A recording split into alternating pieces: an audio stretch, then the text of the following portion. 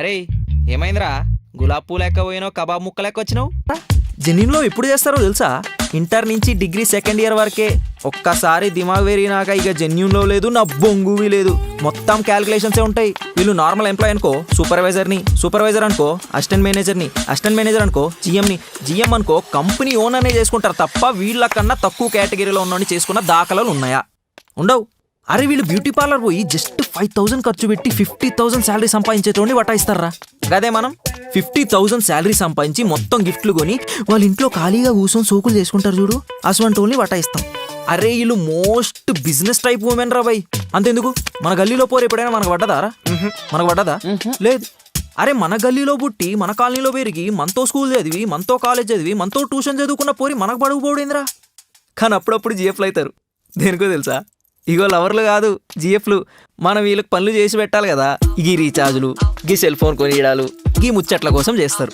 అది చూసి మనమేమో నిజంగా జిఎఫ్ అనుకొని మనం ప్రపోజ్ చేస్తే షిట్,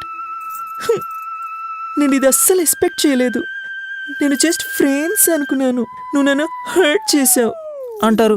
అయినా సరే ఇలా పెళ్లి పనులన్నీ మనమే దగ్గరుండి చేస్తాం. నాకు ఒక మంచి ఫోటోగ్రాఫర్ని తీసుకురా, అండ్ మేకప్ కూడా సినిమాలకు పనిచేస్తారు చూడు అటువంటి తీసుకురా, అండ్ నా పెళ్లి కోసం చార్మినార్ దగ్గర నుంచి గాజులు తీసుకురావా అంటే మనం పనులన్నీ చేస్తాం. అన్నిటికంటే హైలైట్ ఏంటంటే ఈ పనులన్నీ చేసినాక యూ డోంట్ వరీరా, నీకు ఫ్యూచర్లో నాకన్నా మంచి వైఫ్ నీ లైఫ్లోకి వస్తుంది అని సొల్లు చెప్తారు. అరే నువ్వు చిన్నప్పటి సంధి నాకు తెలుసు, నా సేవలు చేసినా నీకు నువ్వే నన్ను దేకలే, ఇంకా కొత్తకొచ్చిన పోరు ఎందుకు దేకుతుంది?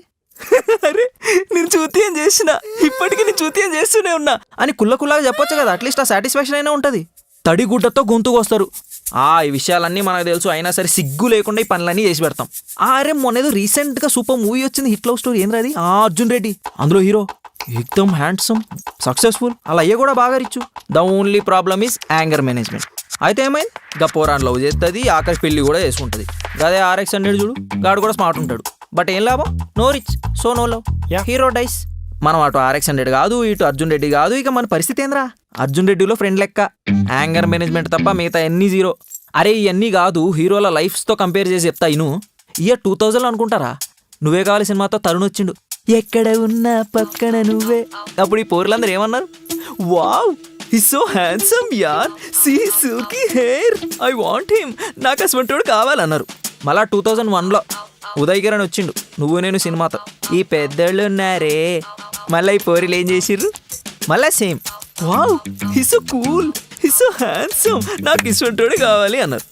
అరే మళ్ళా 2005లో బొమ్మరిల్లు సినిమాతో సిద్ధార్థ్ వచ్చిండు, మళ్ళా గిద్దే పోరీలు రా బై, same dialogue, wow I like him, his handsome, see his dimple యార్, నాకు ఇష్టంటోడే కావాలి అన్నారు. అరే ఈ ముగ్గురు లవర్ బాయ్లు వచ్చినప్పుడు ఈ పోరీలు ఎంత ఆగం చేసిర్రంటే లవ్ లెటర్లు రాసిర్రు, చేతులు కట్ చేసుకున్నారు, ఎమ్మడబడ్డారు. అరే ఇప్పుడు ఒక్కటి అడుగుతారా, గిదే లవర్ బాయ్ సినిమా ఇప్పుడు రిలీజ్ అయితే ఫస్ట్ డే ఫస్ట్ షోకి ఈ పోరీలు ఒక్క పోరనే పోతుందా? Almost no chance.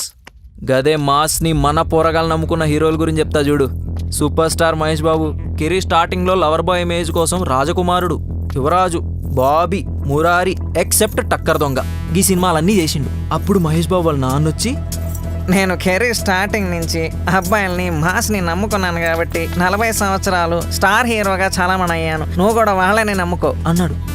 వాళ్ళ నాన్న మాట విన్న నెక్స్ట్ మినిట్ నుంచి మహేష్ బాబుకి ఒక్కడు, అతడు, పోకిరి ఇటువంటి సూపర్ హిట్ సినిమాలతో స్టార్ హీరో అయిండు. అరే ఇవన్నీ కాదు, last and final super example చెప్తా.